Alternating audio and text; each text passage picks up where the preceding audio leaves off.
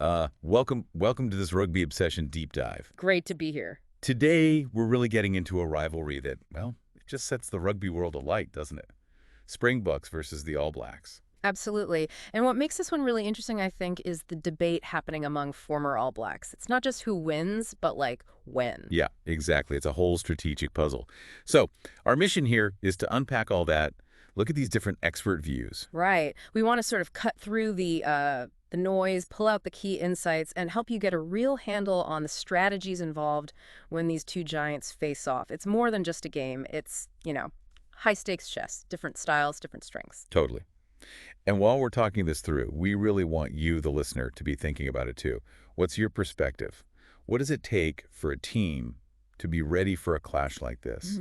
What would you be focusing on? And hey, if you're enjoying this kind of deep dive, make sure you hit subscribe on Rugby Obsession. Definitely. You won't want to miss future ones. Yeah. We promise. Okay, so let's paint the picture. We're looking ahead to the Bucks and the All Blacks at Eden Park. Which is huge in itself. They haven't played there since, what, 2013? That long, yeah. And Eden Park, well, it's a fortress for New Zealand, isn't it? That incredible 50-test unbeaten run. It's iconic. And adding to the mix, both teams just started their seasons with wins. All Blacks beat France, Springboks handled Italy. So we've got some early form to look at for the 2025 Rugby Championship. Right, and it was seeing that early form, that fresh look at the squads, that really sparked the big question on Sky Sports Breakdown. It was Jeff Wilson, wasn't it? Yeah, the former All Blacks winger. He just dropped it out there. Are the All Blacks strong enough right now to beat South Africa? Bold question. Very bold. And, well, it got some equally bold responses from the other guys. So let's start with the optimistic side. Yeah. Stephen Donald, Mr. 2011 World Cup hero himself. Beaver. Yeah, he seemed pretty convinced. Said something like, yes, if we stick to how we're playing and build on that, sort out defensive things. So basically, trust the process, play their game. Pretty much. He talked about playing our way, keeping the tempo high, but he wasn't naive about the Box bomb squad. He acknowledged that challenge. Of course you have to. That bench impact is legendary. It is. But Donald, he went for it. He said, I'm going all in. I say we win. In the Garden of Eden, please. Wow. In the Garden of Eden, please. He's putting it out there. No kidding. Big call. So how much of that is genuine belief in their current tactics versus, that classic All Blacks, we can beat anyone confidence? That's a good point. It could be a bit of both. Donald might be tapping into that aura, that history. For him, it seems like it's about refining what they're already doing well. And Jeff Wilson, the one who asked the question, where did he land? He was pretty positive, too, actually. Talked about the All Blacks' adaptability, how they can find ways to counter teams, even missing key guys like Tamati Williams and Tyrell Lomax. So he sees the potential even with absentees. Yeah, he likes the direction we're hitting, as he put it, moving forward. But he also added a dose of realism, saying they'll have to play the percentages at some point. Can't just run everything from everywhere against the Bucks. Exactly. So his conclusion was sort of, okay, maybe the Springboks are favorites right now, but the All Blacks definitely have the ability to take the win. Okay, so that's the optimistic camp.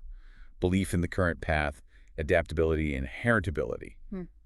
But then there was Justin Marshall. Ah, yes. The former scrum-half.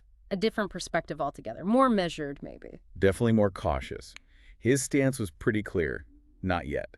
He basically said if they played tomorrow, like July 17th, the Springboks would win. Right. And his reasoning is really key here, I think. He talked about the Springboks' consistency. Their team hasn't changed much. Exactly. Super World Cup, they're largely the same unit. A known quantity. A very good known quantity. Or as the All Blacks. He sees them as evolving and changing, still building, which is fascinating, isn't it? One side is this established force, the other is kind of transforming. So Marshall isn't saying the All Blacks can't beat them, just not right now. It's about the timing. Precisely. That's the crucial bit. He actually said he does think they'll beat them later. He specifically mentioned September. Oh, okay. Yeah, he said something like, if we keep going in the direction that we're going, we will beat them in September.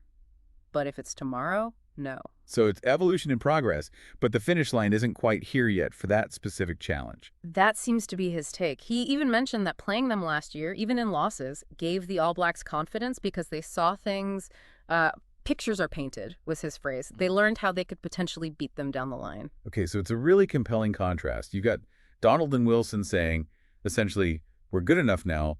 Let's play our game, adapt. Backing the current trajectory. And then Marshall saying, hold on, the evolution isn't complete. The Boks consistency gives them the edge today, but watch out later. Yeah, and what this whole debate really highlights is that classic dynamic in top-level sport, isn't it? Established consistency versus, let's say, accelerated evolution. The well-oiled machine versus the one still being built, maybe. Kind of. The Bucks have that proven, super effective system. You know what you're getting, and it's damn hard to stop. The All Blacks have huge potential, but maybe more unknowns, more risk, while they're still finding that ultimate shape. So the real insight isn't just who wins. It's about understanding these different strategic approaches. Exactly. Which path is more potent right now? And how quickly can a team really transform at this level? It makes you think about what readiness actually means. It really does. So for you listening, what's your gut feeling on this? Is it about the current form, that hot streak, or is it the long game, the evolution, the building process? Yeah, what stands out to you in these different views? Definitely something to chew on. And hey, if you're finding this kind of breakdown interesting, please do remember to subscribe to Rugby Obsession. We dive deep like this regularly. Absolutely. Okay, so wrapping this up, this discussion leaves us with a pretty big question, I think. Go on. Well, in a sport like rugby, which changes so fast, how much can a team realistically transform itself, its tactics, its whole identity, in just a few weeks or months, enough to go from not quite there to beating the world champs? That's a tough one, bridging that final gap. And what qualities really define that winning edge when you have such different styles clashing? Like the Boks' tried and tested methods versus the All Blacks' evolving approach. Yeah, powerful questions to think about next time you watch these giants go head-to-head. Definitely gives you more to look for. For sure. Right. Well, make sure you have subscribed to Rugby Obsession so you don't miss any of our future deep dives. Please do. Thank you so much for listening to this Rugby Obsession deep dive. We really look forward to you listening to our next episode.